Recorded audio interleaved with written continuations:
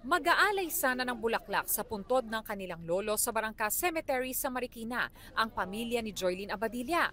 Pero laking gulat nila nang wala na roon ang labi ng kanilang lolo. Sa lolo ko po, pinuntahan po namin, butas na po, wala na po yung buto po.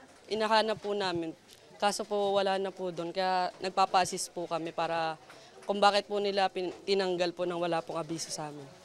Hinahanap naman ng pamilya ni Jessie at Tibagos ang mga labi ng kanyang mga magulang at apo dahil iba na raw ang nakalibing sa dati nitong nicho. Napakasakit para sa amin na dadalaw kami, wala na.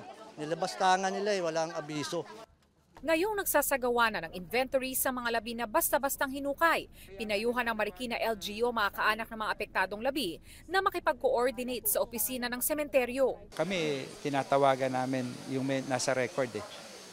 Kahapon hanggang ngayon meron 13 na nagtatanong, nag-i-inquire. Kaya nga yung ating City Health Office narito ngayon, si Dr. Opet, para ma-handle din yung mga actual na labi ng mga na-exhume natin. May ilang mga may tags, so tinetrace namin, hinahanap namin sa file, gumagawa ng inventory ngayon. Kung ilan yung may tag, ilan yung walang tag, then kung paano namin makikilala yung mga remains na yun. Pero majority na nakatag naman po. Oras na matukoy ang mga labi, aabisuhan daw nila mga kaanak. Plano rin daw nilang i-redevelop ang Barangka Cemetery.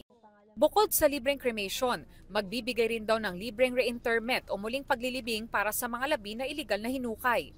Isang misa naman ang inialay para ipanalangin ang kaluluwa ng mga apektadong labi. Tuloy-tuloy naman ang dating ng mga dumadalaw sa puntod ng kanilang mga mahal sa buhay.